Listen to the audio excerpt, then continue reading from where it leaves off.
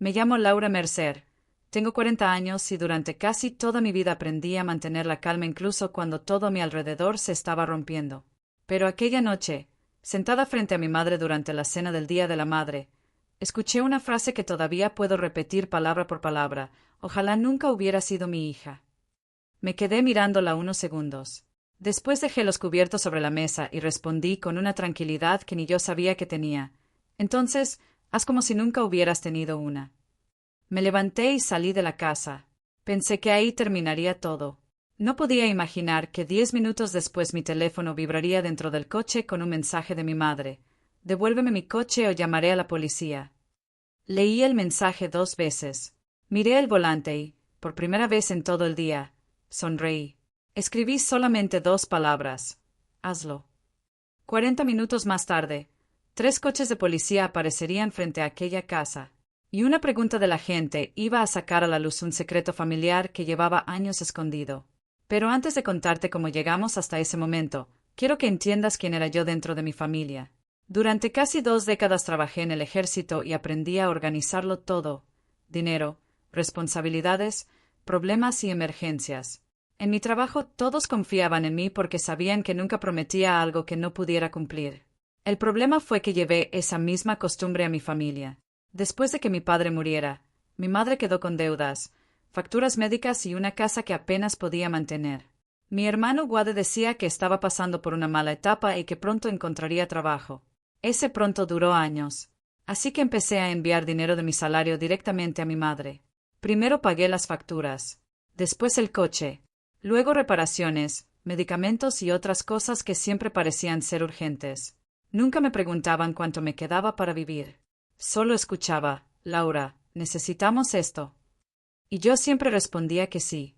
En 2014 ocurrió algo todavía más grande. Mi madre perdió la vivienda donde vivía y me llamó llorando. Yo acababa de regresar de una misión y tenía algunos ahorros. Compré una casa de 3 habitaciones cerca de Dayton. La escritura quedó completamente a mi nombre, pero entregué las llaves a mi madre para que pudiera vivir allí. Ella entró, miró las habitaciones y dijo emocionada: «Por fin tengo una casa». Ni siquiera dijo gracias. Yo tampoco la corregí. Ese silencio terminó convirtiéndose en un problema mucho más grande de lo que imaginaba. Con los años, todos comenzaron a llamar a aquella propiedad la casa de mamá. Mis vecinos pensaban que era suya. Mi hermano también. Y yo seguía pagando la hipoteca, los impuestos y las reparaciones desde otro estado. Había una sola persona en esa familia que parecía verme de verdad: mi sobrina Emma. Ella siempre me agradecía lo que hacía por ellos. Cuando le regalé un ordenador para sus estudios, me escribió una carta a mano. Todavía la guardo. Entonces compré un coche nuevo para mí. Lo pagué con mi propio dinero y, cuando tuve que marcharme durante varios meses por trabajo, cometí un error que parecía completamente inocente. Dejé el coche en el garaje de la casa de mi madre para que lo usaran de vez en cuando.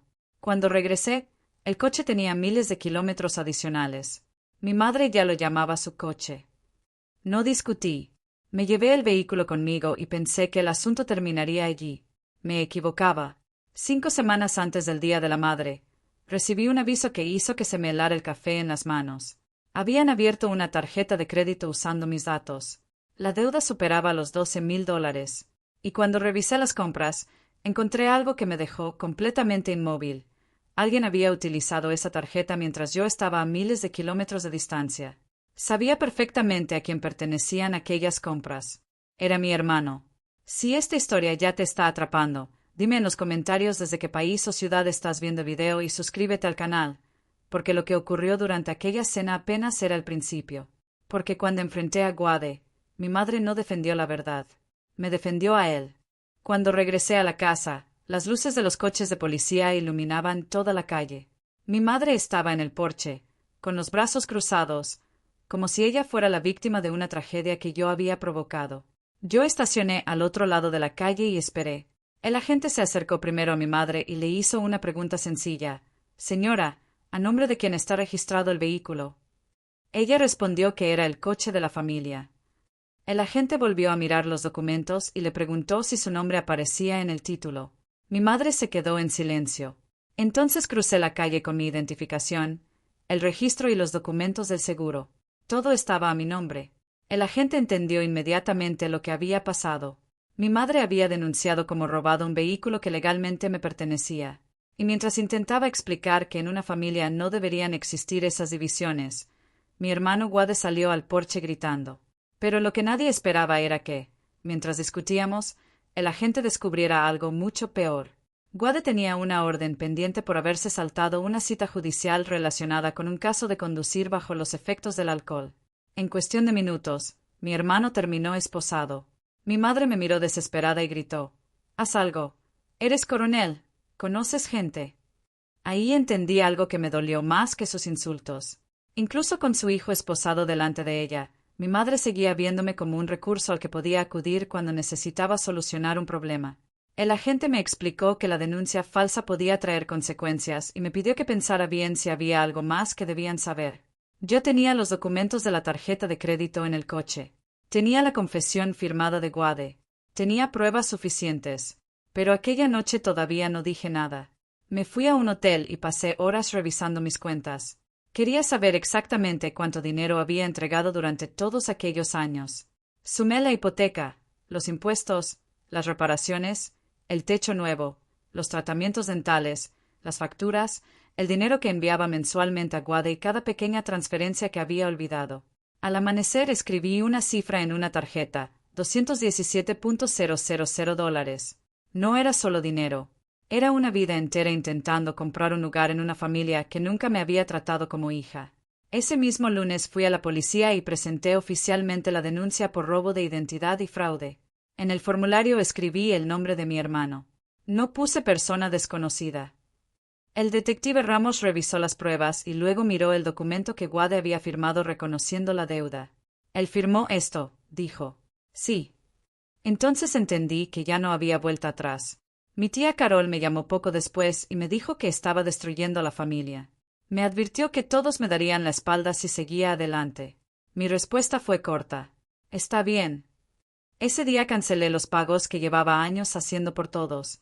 Corté los gastos que estaban a mi nombre y dejé claro que cada adulto tendría que hacerse responsable de sus propias cuentas. No dejé de pagar la hipoteca porque la casa seguía siendo mía, pero dejé de financiar la vida de quienes vivían dentro. Después envié una notificación formal de desalojo con 30 días de plazo. La reacción fue inmediata. Mi madre comenzó a llamar a familiares, vecinos y personas de su iglesia. Contaba una versión donde yo era una hija cruel que había abandonado a una mujer indefensa y quería echarla de su propia casa. Pero los documentos contaban otra historia. Y entonces ocurrió algo que cambió completamente la situación. Los registros públicos mostraron que la casa siempre había estado a mi nombre y que yo había pagado los impuestos durante años. Al mismo tiempo, el caso de Wade comenzó a aparecer en los registros judiciales. La familia empezó a dividirse. Algunos comenzaron a preguntarse por qué nunca les habían contado la verdad. Otros decidieron seguir creyendo a mi madre. Y cuando faltaban pocos días para que terminara el plazo del desalojo, recibí un mensaje que no esperaba. Era de mi madre. No hablaba de dinero. No hablaba de la casa. No mencionaba abogados. Solo decía: «Lori, soy tu madre. Ven a cenar el domingo. Solo tú y yo. Prepararé tu plato favorito». Hacía años que no me llamaba Lori. Y por alguna razón, ese pequeño detalle me dolió mucho más que todos los insultos. Durante unos segundos no supe qué responder. Mi madre había preparado la cena que yo había deseado durante años. Había pronunciado exactamente las palabras que necesitaba escuchar. Sin embargo, había puesto una condición sobre la mesa. Me entregó una copia de mi denuncia y me pidió que llamara al detective para decir que todo había sido un simple malentendido familiar. A cambio, ella volvería a ser mi madre y yo podría recuperar todo lo que habíamos perdido. Miré el sobre. Después miré mi tarjeta con aquella cifra: $217,000. Por primera vez entendí algo con absoluta claridad. Si aceptaba, estaría poniendo precio al amor. Ella tenía su precio. Yo tenía el mío. Y toda nuestra relación se había convertido en una negociación. Así que guardé la tarjeta en mi cartera. «No voy a retirar la denuncia», le dije.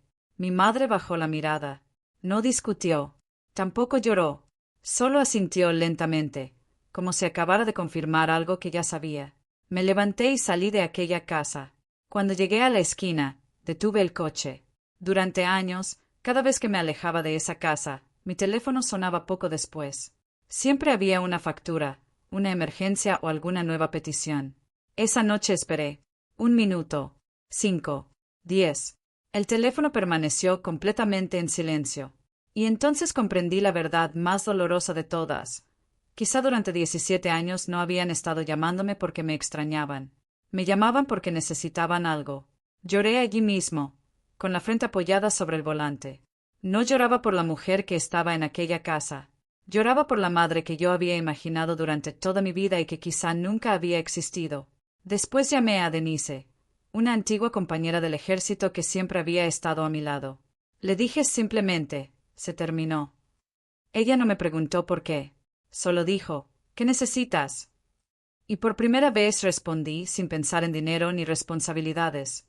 Un sofá y una cena tranquila que no tenga ningún precio. Me dijo que fuera con ella. Los meses siguientes cambiaron muchas cosas. Wade aceptó un acuerdo judicial y tuvo que devolver el dinero que había tomado. No terminó en prisión, algo que me alegró, porque nunca había querido destruir a mi hermano. Solo quería recuperar mi nombre y poner límites. La casa finalmente quedó vacía. Mi madre se marchó a vivir con mi tía y Wade encontró otro lugar. Yo no fui allí el día de la mudanza. No quería convertir aquel momento en una victoria contra ellos. Emma sí estuvo allí. Esa misma tarde me envió una fotografía del salón vacío. Miré aquella habitación y recordé el día de 2014 en que le entregué las llaves a mi madre. Habían pasado años, pero por primera vez aquel espacio realmente parecía mío. Emma siguió llamándome después de todo aquello. Ya no me pedía dinero. Me hablaba de sus estudios, de sus amigos, de sus problemas y de las pequeñas cosas de su vida. Un día me preguntó, «Tía, ¿por qué siempre contestas cuando te llamo?» Sonreí, porque eso es lo que debería significar una familia. Al año siguiente planté lilas junto a mi casa. Eran las mismas flores que había llevado aquella última vez a casa de mi madre. Emma vino a visitarme y preparó un estofado en su pequeño apartamento. Estaba demasiado salado, las zanahorias casi crudas. Aún así, fue la mejor cena que había probado en mucho tiempo, porque nadie me pidió dinero. Nadie necesitaba que resolviera un problema. Nadie esperaba nada de mí. Solo estábamos allí, compartiendo una comida. Y entendí algo que me habría gustado saber 20 años antes. El amor que tienes que seguir pagando para conservar no es amor. Es un peaje. A veces, la única forma de descubrir quién realmente te quiere es dejar de darlo todo y observar quién todavía decide acercarse. Si alguna vez has sentido que tu familia solo te busca cuando necesita algo, cuéntame tu experiencia en los comentarios. Y dime también desde qué país o ciudad estás viendo este video. Si esta historia te llegó al corazón, suscríbete al canal para escuchar más historias de personas que finalmente encontraron el valor para poner límites. Yo perdí una casa, mucho dinero y una idea de lo que creía que era mi familia. Pero gané algo que nunca había tenido. Una vida que por fin era mía.